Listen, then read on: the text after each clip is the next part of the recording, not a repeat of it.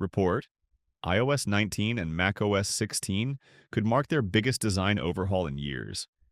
And we have one request: Apple's next Worldwide Developers Conference could mark a major pivot in iOS, macOS, and iPadOS design language, according to a new report from Bloomberg. Details are thin, but Bloomberg's Mark Gurman claims that there's an effort to unify the designs and usage metaphors across these platforms, with much of it influenced, at least in part, by Vision OS, which runs inside Vision Pro. Apple's pricey mixed reality headset hasn't exactly taken the consumer world by storm, but there may be something about the interface metaphors, which rely on sight and gestures, that appeal to Apple's software designers. Gurman claims that part of the effort is to make the platforms look similar.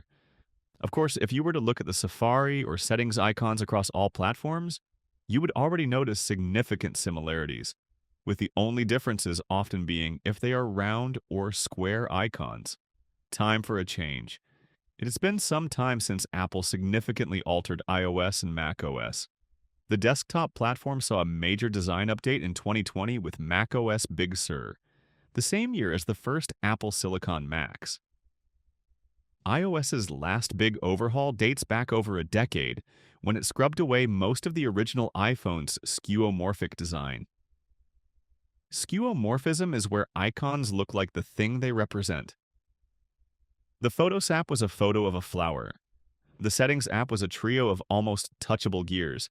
Newsstand was a bookshelf filled with subscriptions, and the calendar looked so much like an old desk calendar that you were tempted to rip a page right off the screen.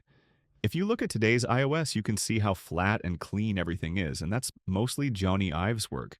Apple's former head of design loved a clean aesthetic, and starting with iOS 7, he got his way. This new effort might be an opportunity to bring these disparate platforms into some unified visual and functional whole. They should not look and work alike slavishly, but there could be benefits in Apple pushing them in that direction. It can be jarring if an action works one way on the iPhone and differently on the Mac, iPad, and even the Vision Pro. One would hope that Apple Intelligence and a much smarter Siri, available on all platforms, could help with some of that confusion. But the process of integration into the deepest part of each operating system has not gone as fast or smoothly as we all were expecting. Can Apple find that sweet spot of uniformity and differentiation that makes sense for its vast user base? Maybe, and we wouldn't mind a little return to skeuomorphism. Having icons that look like their purpose is a form of shorthand and will always help beginners learn. The counter to that, and it is a fair argument, is that when you design software to look like current hardware, the software will be outdated as soon as progress remakes those objects. The fact that our iPhone 16 Pro Max's phone icon still looks like a 20th century phone handset is almost comical. Gen Z has never seen or used a phone that looks like that. Which brings me to another major question.